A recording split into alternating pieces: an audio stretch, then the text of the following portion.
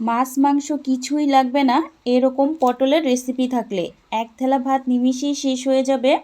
আসসালামু আলাইকুম everyone, welcome back to my channel Sonia cooking and ব্লগে। সবাইকে স্বাগতম জানাচ্ছি নতুন আরও একটি রেসিপি দেখার জন্য।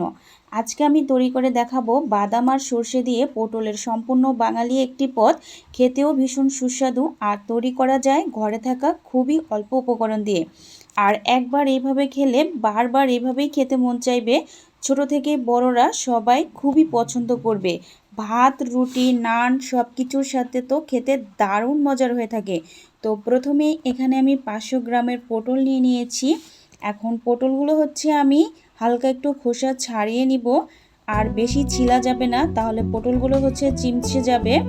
তো আমি হচ্ছে এভাবে পটলের উপরের পাতলা আবরণটাই হচ্ছে শুধুমাত্র ছুরির সাহায্যে ঘষে ঘষে ছাড়িয়ে নিব। তো আমি এইভাবে সম্পূর্ণ পটলের খোসাগুলোই কিন্তু ছাড়িয়ে নিব। তো আপনারাও এভাবে ছাড়িয়ে নেবেন, তাহলে পটলগুলো যখন রান্না করা হবে তখন পটলগুলো চিমসে যাবে না, আর পটলগুলো খুবই সুন্দর মতো রান্না করা হবে। তো দেখুন আমি সম্পূর্ণ পটলগুলোই হচ্ছে খোসাগুলো ছাড়িয়ে নিয়েছি।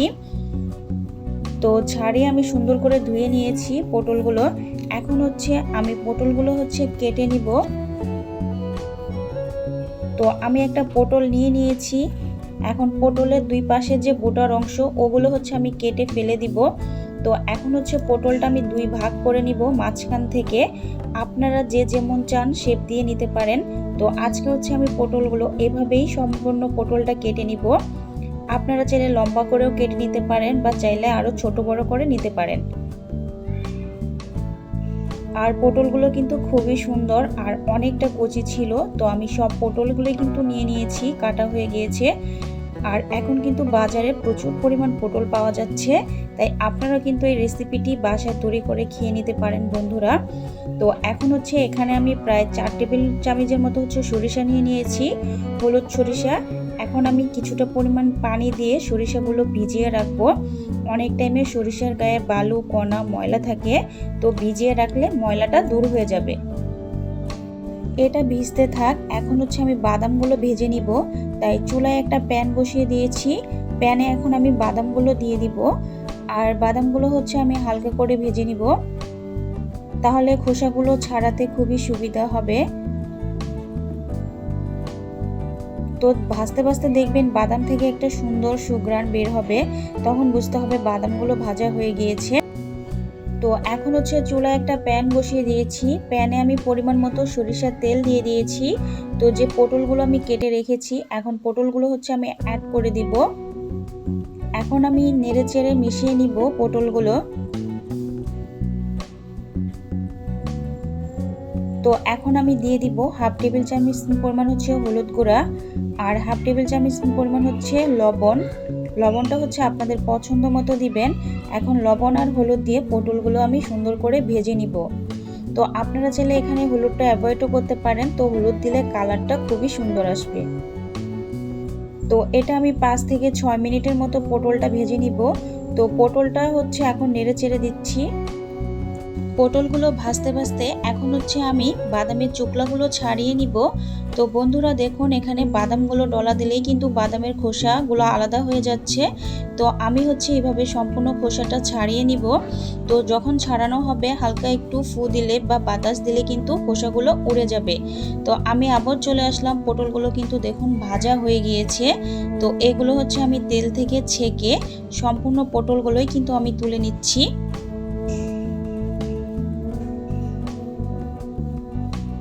আর আমি কিন্তু পটলগুলো এইভাবেই ভেজে নিয়েছি। তো বন্ধুরা এখন হচ্ছে আমি একটা স্পেশাল মশলা তৈরি করে নিব পটলগুলো রান্না করার জন্য। যে সরিষাটা আমি ভিজিয়ে রেখেছিলাম, তো ওটা ধুয়ে আমি মিক্সিং জারে দিয়ে দিলাম। তো আমার হাতে সময় কম ছিল, এজন্য হচ্ছে আমি মিক্সিং জারে ব্লেন্ড করছি। আপনারা চাইলে শিলনোড়ায় করে নিতে পারেন। তো এখানে আমি বাদাম অ্যাড করে দিলাম, 5-6 কোয়া রসুন, পেঁয়াজ কুচি দিয়ে দিলাম প্রায় মিডিয়াম সাইজের দুটো, আর হচ্ছে আদা কুচি দিয়ে দিলাম 2 টুকরোর মতো, আর এখানে 4টা কাঁচা লঙ্কা দিয়ে দিলাম। এখন আমি সম্পূর্ণটা একটা মিক্সিং জারে পেস্ট করে নিব। তো দেখুন বন্ধুরা সম্পূর্ণটা কিন্তু মিক্সিং জারে আমি মিহি করে নিয়েছি। এখন এটা হচ্ছে আমি একটা বাটিতে ঢেলে নিব। আপনারা চাইলে কিন্তু সেমভাবে শিলনোড়ায়ও বেটে নিতে পারেন। তো সম্পূর্ণটাই কিন্তু হয়ে গিয়েছে। এখন আমি আবারও চুলায় একটা প্যান বসিয়ে দিছি। তো প্যানে এখন আমি কিছুটা পরিমাণ ফোড়ন দিয়ে দিব। তো এখানে হাফ টেবিল চামচ পরিমাণ হচ্ছে কালো জিরা আর হাফ টেবিল চামচ পরিমাণ হচ্ছে রান্নার জিরা। তো এগুলো যখন হালকা ভাজা হয়ে যাবে আর দিয়ে দিয়েছি 2টা শুকনো মরিচ।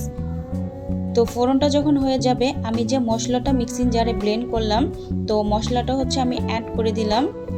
আর বন্ধুরা আপনারা যদি নিরামিষ খেতে চান তাহলে এখানে পেঁয়াজটা কিন্তু অ্যাভয়েড করতে পারেন। তো এখন আমি মশলার সাথে আর তেল ভালো করে ভেজে নিব। আর মশলাটা ভাজতে ভাজতে যখন দেখবেন সুন্দর একটা ঘ্রাণ চলে এসেছে তখন এখানে আমি হলুদ মরিচ গুঁড়া অ্যাড করে দিব।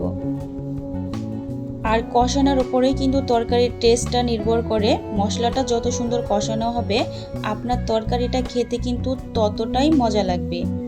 তো এখন হচ্ছে আমি দিয়ে দিব 1 টেবিল চামচ পরিমাণ হচ্ছে হলুদ গুঁড়া আর 1.5 টেবিল চামচ পরিমাণ হচ্ছে মরিচ গুঁড়া। ঝালটা হচ্ছে আপনাদের পছন্দ অনুযায়ী দিবেন। আর 1 টেবিল চামচ জিরা গুঁড়া আর স্বাদ মতো হচ্ছে লবণ। এখন আমি মশলার সাথে আর সরিষার সাথে ভালো করে মিশিয়ে নিব। তো দেখুন এখন আমি এই পর্যায়ে হচ্ছে পানি অ্যাড করে দিচ্ছি, না হলে মশলাগুলো কিন্তু পুড়ে যাবে। তো আমি এখন এই মশলাগুলো সুন্দর করে ভেজে নিব। এই মশলাগুলো ভাজতে ভাজতে কিন্তু সুন্দর একটা ঘ্রাণ বের হবে। আমার রেসিপিটি দেখতে দেখতে কোথাও যদি একটুখানি ভালো লাগে তাহলে কিন্তু একটা লাইক দিবেন। তো দেখুন মশলা গা থেকে কিন্তু অনেকটা পরিমাণ তেল ছেড়ে দিয়েছে। তো মশলাগুলো কষানো হয়ে গিয়েছে। এখন আমি যে পটলগুলো ভেজে রেখেছিলাম তো ওটা হচ্ছে আমি এখন অ্যাড করে দিব। এখন মশলার সাথে আর পটল আমি ভালো করে নেড়েচেড়ে মিশিয়ে নিব। আমি প্রায় মিনিট 1.5 মতো কষিয়ে নিব।